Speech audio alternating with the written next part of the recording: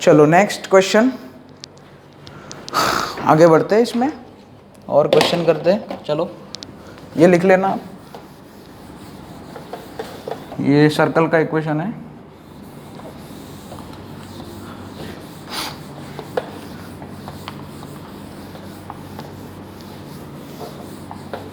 चलिए नेक्स्ट है हमारा, हाँ एक और क्वेश्चन। पॉइंट P मूव्स, मतलब पॉइंट मूव्स, ऐसा P बोला नहीं है, point moves so that sum of square of its distance from two fixed points a of a0, b of minus a0 is constant and equal to 2c square. Find the locus. ठीक है, ये 2c square है यहाँ पे, 2c square। बहुत ही आसान है ये भी। देखिए क्या करेंगे इसमें, पॉइंट फिर से सपोज कर लेते हैं P ऑफ एक्स वाई, यहाँ पे A ऑफ A0 है, दूसरा point B of minus A0 है। ठीक है, बढ़िया। तो यहाँ पे क्या बोला है, point P move so that the sum of square of its distance from, मतलब सम ऑफ स्क्वायर मतलब डिस्टेंस P और A के बीच का डिस्टेंस उसका स्क्वायर, प्लस पॉइंट P और पॉइंट B के बीच का डिस्टेंस उसका स्क्वायर। वो जो सम है ना, सम ऑफ स्क्वायर ऑफ डिस्टेंस, ये इसका मतलब ये हुआ, वो जो है कांस्टेंट है वो 2c स्क्वायर है। ठीक है ना, P का A से डिस्टेंस उसका स्क्वायर प्लस P का पॉइंट B से डिस्टेंस उसका स्क्वायर बराबर है, वो दो सम है, उन दोनों का सम जो है वो 2c स्क्वायर है। चलिए तो कुछ नहीं, डिस्टेंस फॉर्मूला लगाना है, करा दो। यहाँ पे ये P और A के बीच में लगाएंगे तो x माइनस A का whole square plus y square ही होगा सीधा, और P और B के ऊपर डिस्टेंस फॉर्मूला, तो x plus A whole square plus y square is equal to twice c square. अब यहाँ पे थोड़ा सॉल्व करना पड़ेगा आपको। यहाँ पे ये x square minus 2ax plus a square plus y square 2y square हो जाएगा, वैसे x स्क्वायर भी 2x स्क्वायर हो जाएगा ना फिर, और a स्क्वायर भी 2a स्क्वायर हो जाएगा, और ये 2ax आएगा, देख लेना, इज इक्वल टू, यहाँ पे ये इसका मिडल टर्म लिख दिया, वो कट हो जाएगा, और 2 सभी में से कॉमन है, कट हो जाएगा। देख लो 2x स्क्वायर 2y स्क्वायर, इधर 2a स्क्वायर, लेफ्ट साइड पे ये सब टर्म आएंगे ना, 2x स्क्वायर कर लेना, ये इतना तो सिंप्लीफिकेशन कर सकते हैं, 2 कैंसिल हो जाएगा, so x square plus y square, a square को उधर भेज देंगे तो c square minus a square, यही है ना। अच्छा यही आंसर आएगा, यही है, राइट डाउन, इसको लिख लेने पर। तो बहुत आसान सवाल था, कुछ नहीं था इसमें। चलो अब थोड़े अच्छे क्वेश्चन, ये एकदम नॉर्मल लेवल के क्वेश्चन थे अभी तक जो कितने थे, अब थोड़े अच्छे क्वेश्चन ले लेते हैं।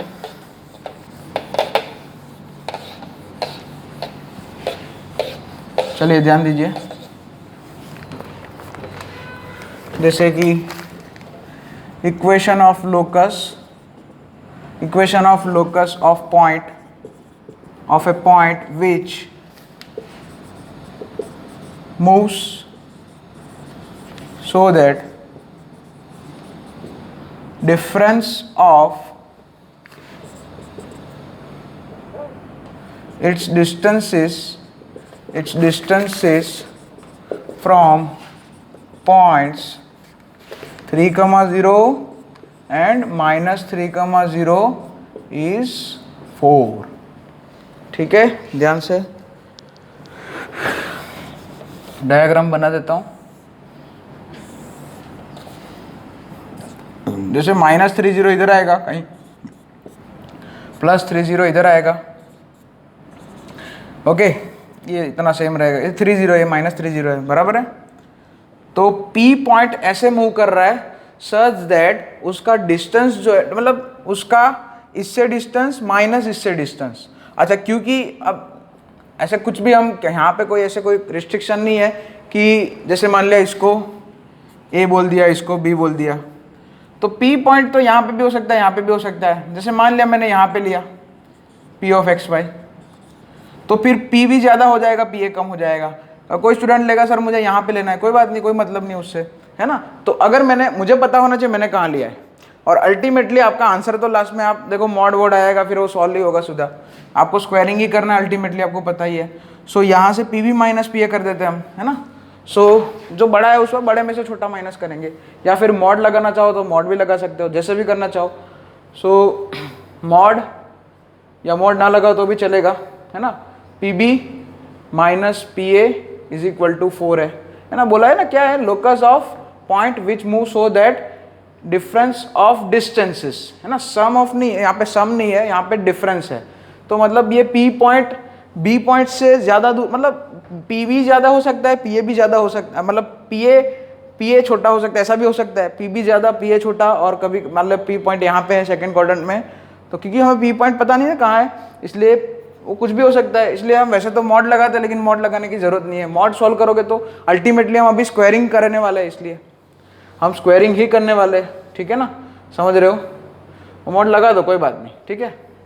मैंने मॉड लगा दिया तो उसमें फिर वो दोनों आ गया। आप P A minus P B लिखोगे मॉड के अंदर, तो पता ही है ना आपको, मॉड्यूलस में आप 2 - 1 करो तो भी 1 आता है, और 1 - 2 लिख के फिर मॉड को तो भी 1 आता है, ठीक है। तो इसलिए मॉड सेफ्टी के लिए लगा दिया, तो भी कोई प्रॉब्लम नहीं है। अब पी बी पॉइंट पी और बी, अच्छा ये बी है, ए कौन है 3 0 और बी मतलब -3 0, मतलब x + 3 उसके ऊपर डिस्टेंस फॉर्मूला है, यानी कि √x + 3 whole square plus y square बराबर है। फिर p और a के ऊपर distance formula, so x - 3 whole square plus y square, modulus finish is equal to, modulus मतलब ओवर, ओके।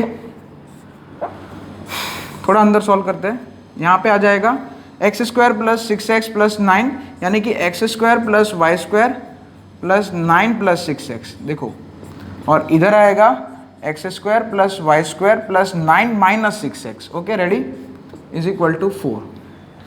फिर से ये देखो ऐसे रहेगा, x² + y² + 9, यहाँ पे ये टर्म आएंगे और ये स्क्वायर रूट के अंदर ये टर्म आएंगे।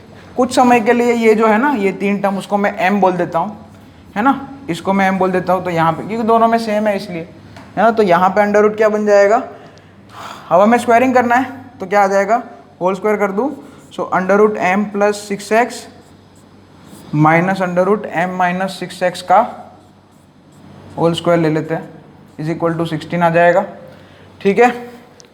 इतना आप लिख देना, फिर पॉज करके लिख देना आप, और मैं आगे बढ़ता हूँ इसमें, ठीक है। सिंप्लीफिकेशन करना है अभी, और कुछ नहीं है, अभी और कुछ नहीं है, सिंप्लीफिकेशन करना है। होल स्क्वायर कर दो, होल स्क्वायर तो आपको करना आता ही है, सो m + 6x रूट का स्क्वायर, है ना, फिर -2 × √, ये दोनों का प्रोडक्ट अंडर रूट में आ जाएगा m² - 36x², और फिर लास्ट में आ जाएगा m - 6x is equal to कितना आ जाएगा भाई, 16, राइट हैंड साइड दिख रहा है ना, 6x कैंसल, m और m 2m हो जाएगा, -2 × √m² - 36x² is equal to 16, 2 cancel हो जाएगा, so m - √m² - 36x² is equal to 8 हो जाएगा। 8 को इधर भेज देते, ये स्क्वायर रूट को उधर भेज देते, तो m - 8 is equal to √m² - 36x²।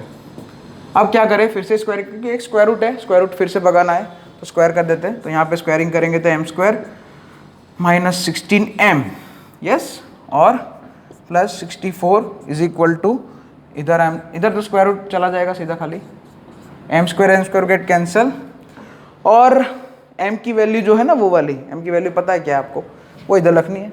तो 16x² - 16x² - 16y² और 16 9 = 144, ये रखी ना m की वैल्यू यहाँ पे, है ना, और माइनस साइन है ही, और बस अब कुछ नहीं बचा है, सबको उधर भेज देते है ना, या जो भी करना चाहो, या 36x² इधर ले लो, तो ये हो जाएगा 20x² - 16y² और 144 ये करोगे तो 80 आएगा, उधर 80 हो जाएगा। तो आप 80 से डिवाइड कर सकते हो चाहो तो, है ना, 80 से डिवाइड कर सकते हो, या यही आंसर लिखो तो भी चलेगा। 80 से डिवाइड करोगे तो इधर आ जाएगा x² / 4 - y² / 5 is equal to 1, hyperbola का इक्वेशन आ जाएगा ये, ठीक है, ये हाइपोबोला का इक्वेशन है। है ना। अगर इसको 80 से डिवाइड करना चाहो तो ऐसा आंसर आ जाएगा x²/4, है ना, y²/5 बराबर 1। हाइपरबोला का एक इक्वेशन आएगा। ये थोड़ा अच्छा क्वेश्चन था, है ना। चलिए इसको लिख लेना अच्छे से, आराम से। हम आगे बढ़ते हैं। आप लोग क्या है, पॉज करके लिख लेना भैया। अब कुछ और वेराइटीज़ के क्वेश्चन और पैटर्न के क्वेश्चन, या सिंप्लीफिकेशन तो आपको खुद ही करना चाहिए। यहाँ पे पॉज करके लिखने का क्या मतलब है ना। सिंप्लीफिकेशन तो आपको आना ही चाहिए। ओके, सिंप्लीफाई करना तो आपको, आप उसमें आपका ही दिमाग काम आएगा, है ना। 12th स्टैंडर्ड में हो अभी, तो उसमें सिंप्लीफिकेशन में मेरी मदद की आपको, मतलब मेरी मदद नहीं चाहिए होगी उसमें। मेरा काम आपको कॉन्सेप्ट सिखाना है। अभी 12th में आओ तो सिंप्लीफिकेशन तो आपको खुद ही आना चाहिए, है ना। चलिए क्वेश्चन एक और, फिर से वही, find the locus of point whose coordinates are given by, है ना, कोऑर्डिनेट्स आर गिवन बाय, वो सब लिख लेना। Find the locus of the, वो सब, है ना, कहानी। Are given by x is equal to 1 + t², y is equal to 2t + 1। t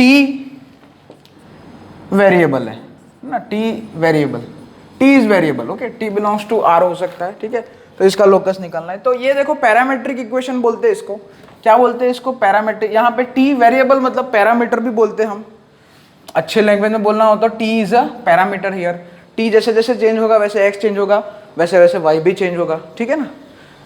okay, तो अब हम क्या करेंगे, सब्स्टिट्यूशन मेथड लगाएंगे। जैसे कि ये आसान लग रहा है मुझे, यहाँ से t की वैल्यू उठा के यहाँ पे रखेंगे इन टर्म्स ऑफ y, है ना। y is equal to 2t + 1 है, यानी कि y - 1 is equal to 2t हो जाएगा, यानी कि t कितना आ जाएगा, t इज इक्वल टू हो जाएगा y - 1/2। t की ये वाली वैल्यू जो है ना, इन टर्म्स ऑफ y उठा के यहाँ पे रख देंगे। ये बेस्ट है, ये बेस्ट मेथड है। ये लीनियर है ना, यहाँ पे t लीनियर है, इसलिए यहाँ पे मैंने यहाँ से सब्स्टिट्यूट यहाँ पे लगाया। यहाँ पे स्क्वायरिंग वाला है, यहाँ से भी ये कर सकते हैं, लेकिन वो लेंदी हो जाएगा, ये आसान पड़ेगा हमें, है ना। तो इसलिए क्या किया, यहाँ से t की वैल्यू उठा के यहाँ पे रख दी इन टर्म्स ऑफ y में। तो x इज इक्वल टू, अच्छा एक मिनट, सॉरी, यहाँ पे ये t है, ओके, हाँ, t + t² है, यानी कि x is equal to t + t²। यहाँ पे जो दोनों t है उसकी जगह हम क्या रखेंगे, y - 1/2।